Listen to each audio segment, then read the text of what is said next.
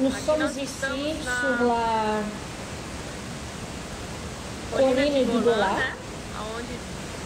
là d'où vient l'eau de l'Hermon. Comme il est écrit dans le psaume 133, c'est comme la rosée de l'Hermon qui descendent sur les montagnes du Sion, car c'est là que l'Éternel envoie la bénédiction, la vie pour l'éternité. Alors nous lisions toujours, n'est-ce pas, Yvette? Quand on lit sur la rosée, on pense à ces petites gouttes sur la terre qui restent là le matin. Mais regardez maintenant, la rosée qui descend directement du mont Hermon. Et on peut voir. Voyez si vous pouvez rapprocher plus. C'est ça.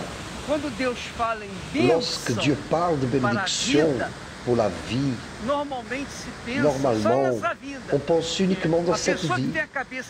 Personne qui a une petite tête, elle ne pense qu'à cette vie. 70, 80. Ah, mais je voulais la bénédiction de la prospérité, je voulais ceci, je voulais cela. La bénédiction que Dieu promet, c'est ceci. C'est quelque chose que jaillit pour toute l'éternité. C'est une bénédiction éternelle. Et voyez la grandeur.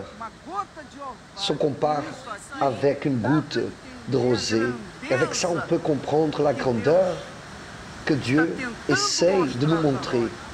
Ce qu'il veut pour nous. Pour vous qui nous regardez en ce moment. Et avec force, d'ici on sent le vent qui frappe ici et qui souffle fort vers nous, n'est-ce pas? Imaginez si on était au-dessous de cette eau-là. Ça allait nous écraser. Et très fort. C'est beaucoup d'eau. Et beaucoup d'eau même. Voyez. Pour notre foi si petite.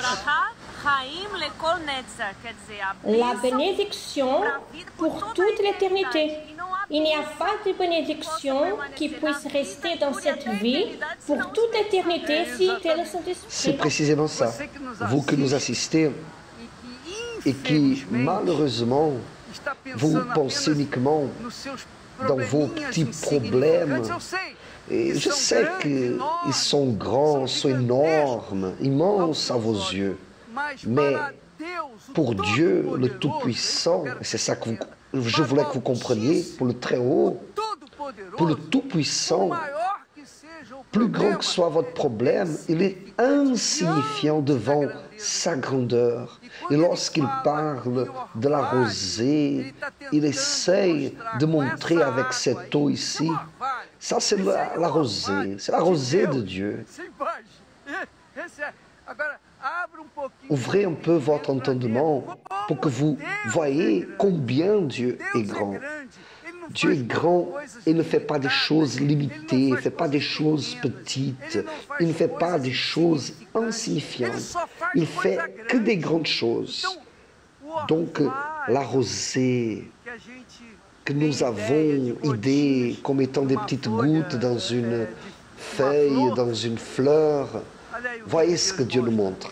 Celui-ci est cette rosée que Dieu veut que tombe en forme de bénédiction sur votre vie.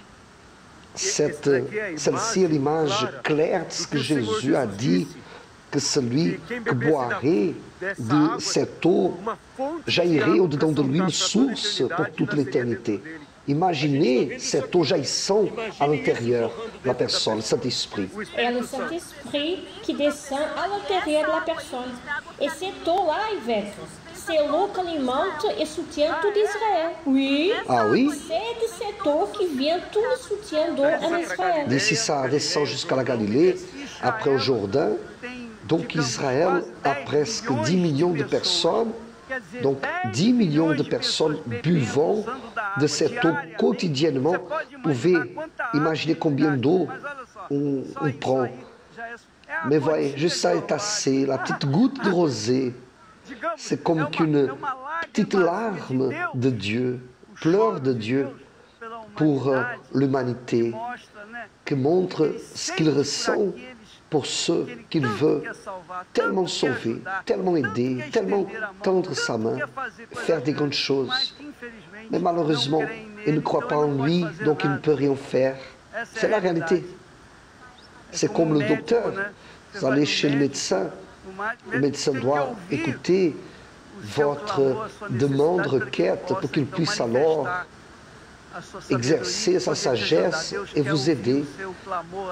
Et c'est ce que Dieu veut, entendre votre clameur, votre foi, pour qu'il puisse alors manifester son autorité. Sont de l'eau fraîche, évêque. Dans les collines du Goulard, l'eau sont toujours fraîches et froides. C'est le rafraîchissement à l'intérieur de la personne.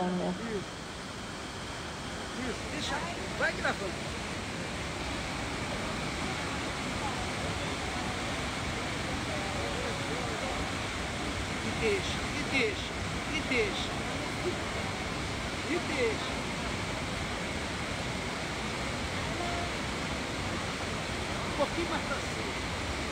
Para cima. Vai. Isso. Aí. É isso aí. Segura. Segura.